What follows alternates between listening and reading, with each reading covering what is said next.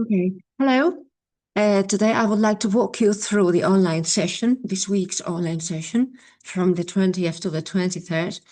And so I would like to explain what sort of tasks I posted on the assignment page and what's the reason why I posted them. So if you will allow me, I will share my screen. So you will see that in this week section on the on-site session um, where I posted the lesson plan, I um, I included a number of links leading to materials with language contents that I think will be very useful for you this year. Well, so if I remember rightly, if my memory serves me well, during the on-site session we did this handout, but we only had time to correct the first and the second sentences.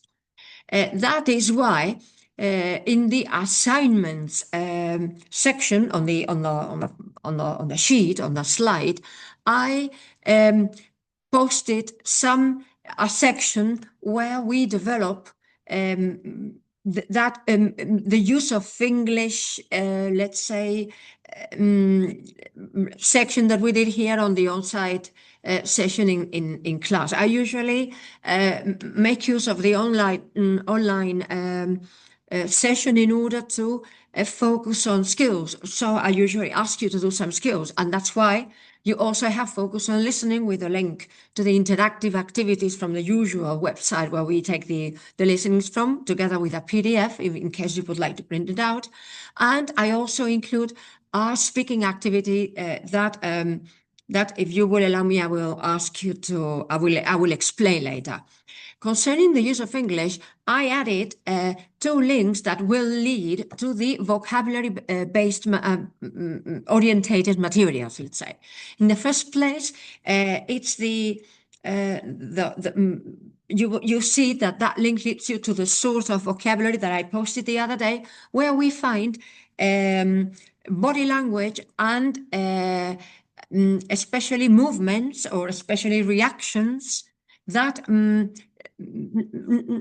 not, I mean, vocabulary that doesn't only convey a physical, literal meaning, but at the same time, it also goes beyond that and it throws in some references to the state of mind of the person who is making that movement or who has that gesture on their face.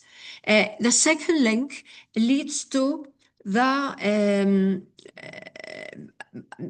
source that I included, which contains idioms, in this case related to parts of the body, not all of them, only two units from those materials, just that related to the unit related to thumb, finger, I do not remember, with a hand, and then eyes, which are very expressive. And you find idioms such as raising someone's eyebrows or keep an eye on someone or give something the thumbs up. So you will have quite a few idioms, all of them related to the body and to ways of reacting. And why is that? That's because the other day I was expecting we would have time to do this set of activities based on a program or an interview where a former FBI agent describes how they can identify a spy just by the way they move their hands or the gestures or the way in which they hold things, as you will see, as we will see in the video. So the introductory speaking activity was this one about the importance of body language in our world. And I thought that probably, even though we did not have time to do it here in class, probably at home, as by way of a warm-up, you might be willing to do it with ChatGPT the way I described the other day.